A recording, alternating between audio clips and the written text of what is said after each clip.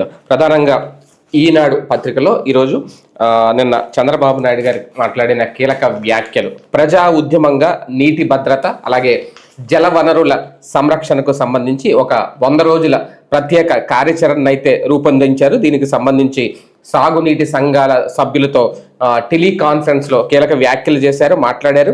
రాష్ట్రంలో చెరువులన్నీ పూర్తిగా నింపేసి భూగర్భ జలమట్టాన్ని కనీసం 1.5 మీటర్ల మేర పెంచడమే లక్ష్యంగా ముందుకెళ్లాలి అంటూ అధికారులు అలాగే ప్రజాప్రతినిధుల్ని చంద్రబాబు నాయుడు గారు ఆదేశించారు. వేసవి కంటే ముందు 6 మీటర్లు, వర్షాకాలం పూర్తయ్యే నాటికి 3 మీటర్లకు భూగర్భ జల మట్టం ఉండేలా చర్యలు చేపట్టాలని కూడా సూచించారు.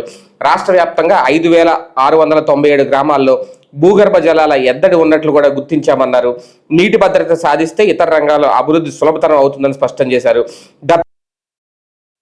రక్షణ చర్యల్ని పక్కన పడేశారని, పూర్తిగా నిర్లక్ష్యం చేశారు అంటూ మండిపడ్డారు. నీటి భద్రత, సాగునీటి సంఘాల బాధ్యత కార్యక్రమంపై సాగునీటి సంఘాలు అలాగే జల వనరుల శాఖ మంత్రి నిమ్మల రామానాయుడు, ప్రజాప్రతినిధులు, వివిధ శాఖల ఉన్నతాధికారులతో టెలికాన్ఫరెన్స్ నిర్వహించారు. వాస్తవానికి జల వనరుల సంరక్షణ అనేది చాలా కీలకం. రాష్ట్రానికి సాగునీటి కోసమైనా తాగునీటి కోసమైనా జల వనరులు చాలా అవసరం. పైగా ఇప్పుడు వేసవి కాలం కాబట్టి ఖచ్చితంగా ఈ 100 రోజుల ప్రత్యేక కార్యాచరణ ఎలా పూర్తి చేస్తారు ఏంటనేది అయితే ఖచ్చితంగా చూడాలి. అలాగే యుద్ధం